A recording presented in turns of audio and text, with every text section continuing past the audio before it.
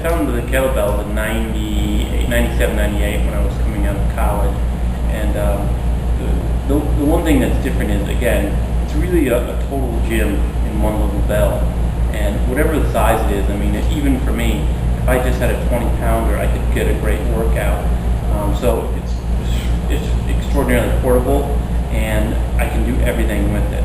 I can do bench presses with it, squats with it, anything, any body part I could work with that bell.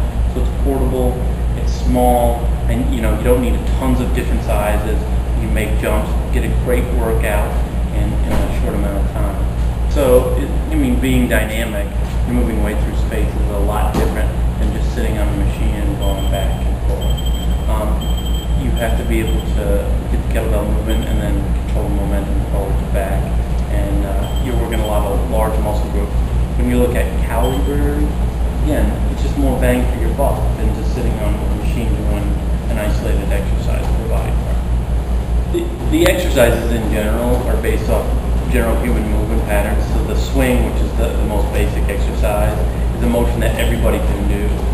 A lot of times people have injuries, they're going to be some things they can't do. If you don't have a hand, you can do one-arm swings. So there is always going to be something you can do, some part of it that you can do. You can do overhead presses. Somebody that can't do overhead presses could just do swings forever and be fine, or learn to do a one-arm swing. Or if you're really tight in the chest, you can do stretching drills with the kettlebell just to loosen up your chest in general. So, there's something in there for everybody. So I think it is universal, regardless of age or gender. Well, generally when you start out, like in doing anything, you start with let's say if you're doing a swing. Once somebody has mastered how to do the swing, you can start out, say, doing it for time. And some people, times will do it for 30 minutes, 40 minutes, whatever, without stopping.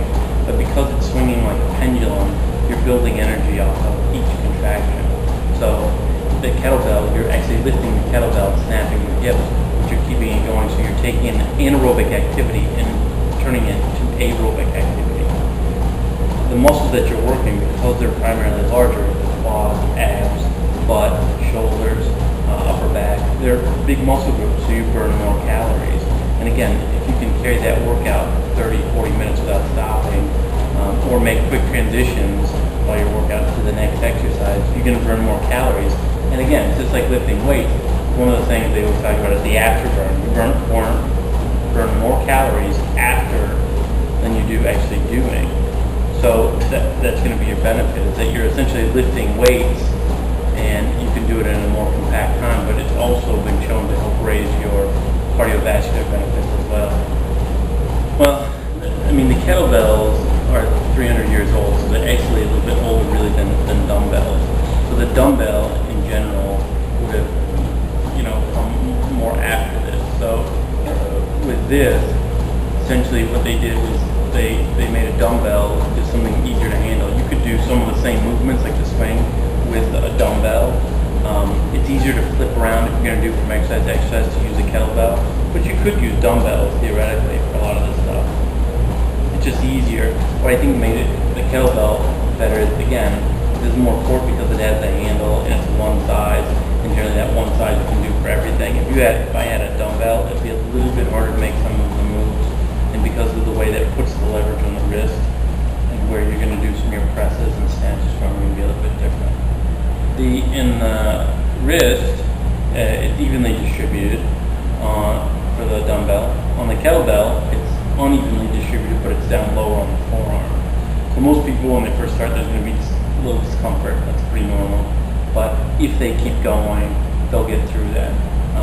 The hard part is that when they learn to flip it to the back side of their wrist, again, it's going to ding. And what ends up happening is because they're afraid to flip it, they hold on too tight and don't let it spin. So they do what they call white knuckling it. They're squeezing it so hard that it's spinning slow and slapping them. If they open their hand and let it spin, it'll land soft on the wrist. So some of it's just becoming comfortable with the bell.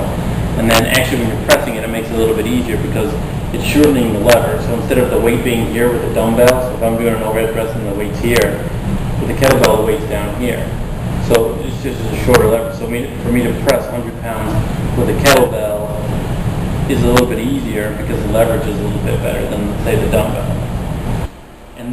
the way that you design these workouts, they're supposed to be short, brief, and intense.